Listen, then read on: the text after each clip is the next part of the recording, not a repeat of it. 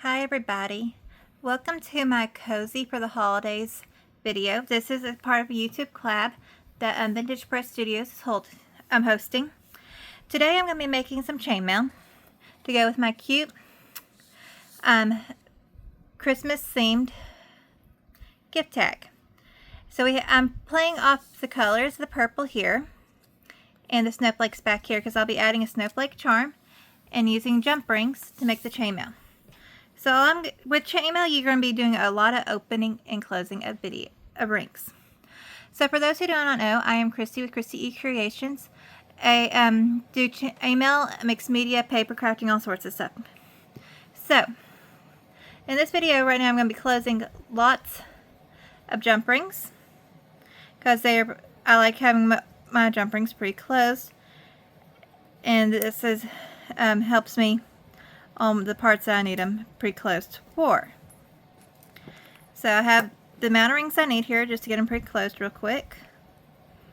But obviously I did not count correctly and I need to go grab one more ring. It will take me just 1 second because I put extras to the side, like I always do, just in case I miscount. So I'm doing a dark purple, which I am in my collection. I used the word lilac. I have stuff on my mat today. You can tell I've been using glue and everything else on the mat recently. And I'm going to use violet, the other purple color, to play along with the colors in the tag. It could also do some browns. There's a little bit of pinks and some blues in here, but I really felt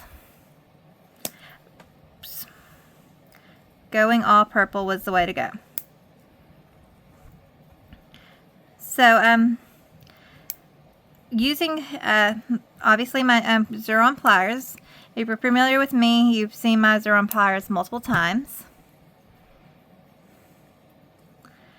And that is what we're doing.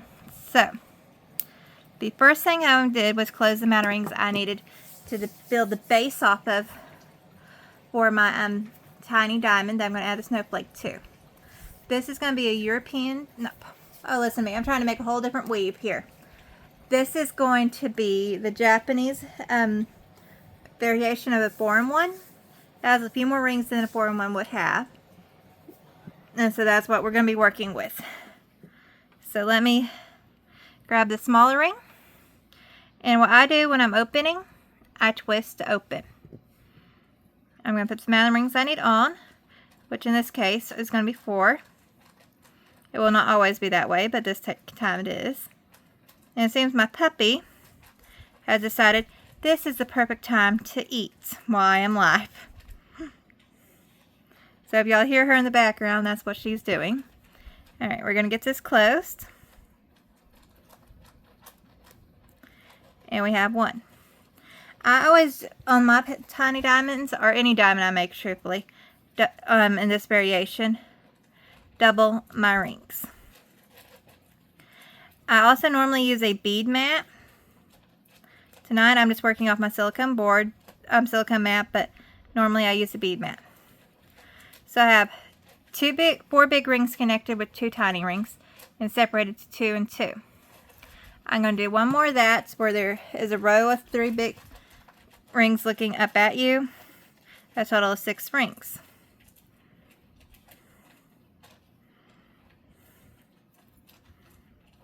Now we're going to add this on. Just close the ring again. So when I close my rings, I do twist and put back and forth, and then also push in a little bit. So that way it gets rid of the small gap that the rings create when they get cut. I also always use saw cut rings. So now we have a 3. If you're looking for a better tutorial, I do have this tutorial written with pictures that will actually be more helpful than me trying to video it right a second. Okay. Now we're going to make it into a tiny triangle by connecting these rings together.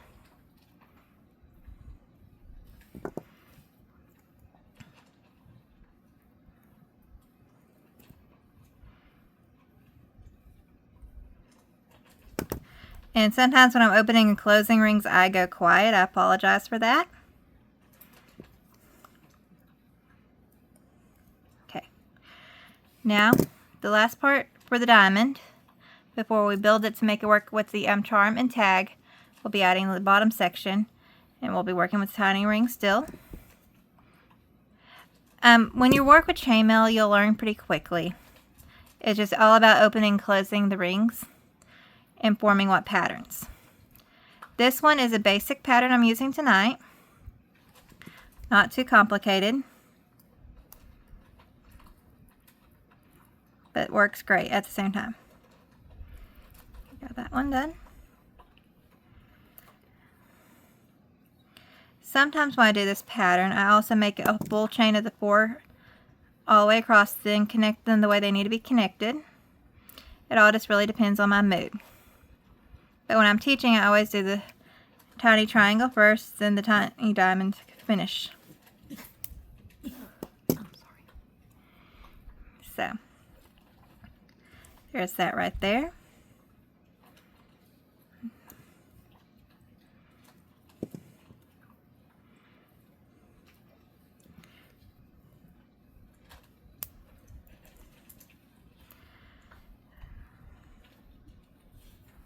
One more ring and we'll have the diamond made. Okay. So my plan now will be adding the charm in a second, but the diamond will be hanging like that. And then the charm hanging down here. So we have to connect the charm, but to make the ribbon work correctly, we're also going to have to add another ring. But I'm not going to do that yet, and you'll see why in a few minutes. So let me get the way I add charm is just open another jump ring. Put it on the piece I'm working on with this. Will be on the bottom. Add the charm on the ring as well. And close. That is a very simple thing. So let me grab. I have some just white ribbon. I think that are 5/8 inch. We're going to see if this works. If not, I'm going to grab some different one. I'm eyeballing approximately 8 to 10 inches. Not sure if that really is, but that's close enough. And cutting it. So unfortunately, this is going to be a little challenging with how thick it is to get it through the hole. And we're doing the hole first, and we're not putting. Then I'll put the chainmail on after I finish the loop. So I fold my ribbon literally in half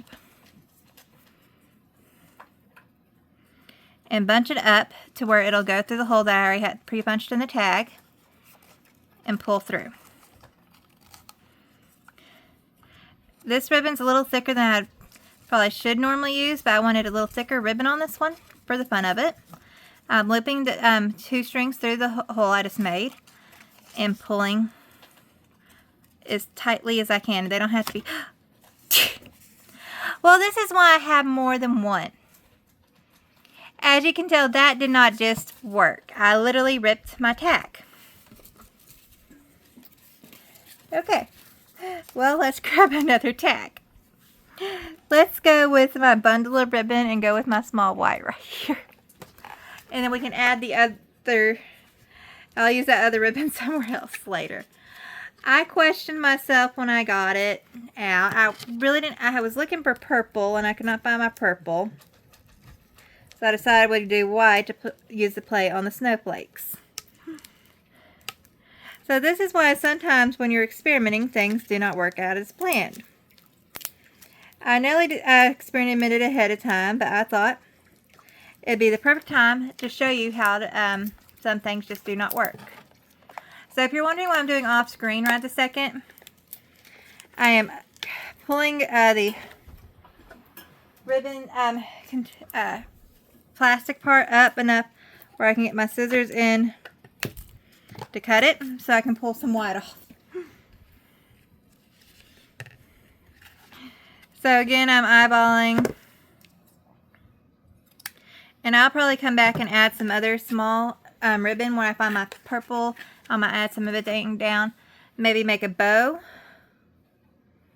That would look really good if I had time to make a bow, but I don't have the bow stuff with me. Also, another thing I did not do, but edging your tags also would make it different. But for me, I just wanted to do quick, simple, cozy design. I designed the tags. Then I decided it needed a little bit of chainmail with it. When I'm at home, but the reason I picked the purple is when I'm at home, I love wrapping up in my purple blanket. Well, and my favorite thing to do is Hallmark Christmas movies, actually. So that's kind of why the whole Christmas theme of what you sometimes see in a Hallmark movie will be as well. So I have opening one more ring, one big one this time. This little loop right here on the tag, I am going to slip it on it like so,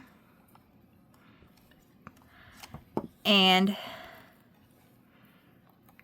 then slide it on. Grab my pliers again because I'm holding the ring very carefully. A lot of chainmail artists do not put down your pliers, and there's some things I will say the same thing, but sometimes it just, you have to. And there you go.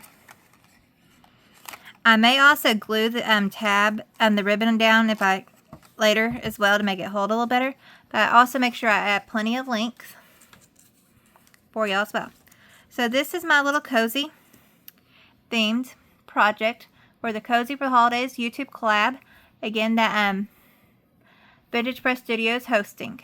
I hope y'all all enjoyed this. And please, please go watch everybody else's as well. Thank you again, everyone. Bye.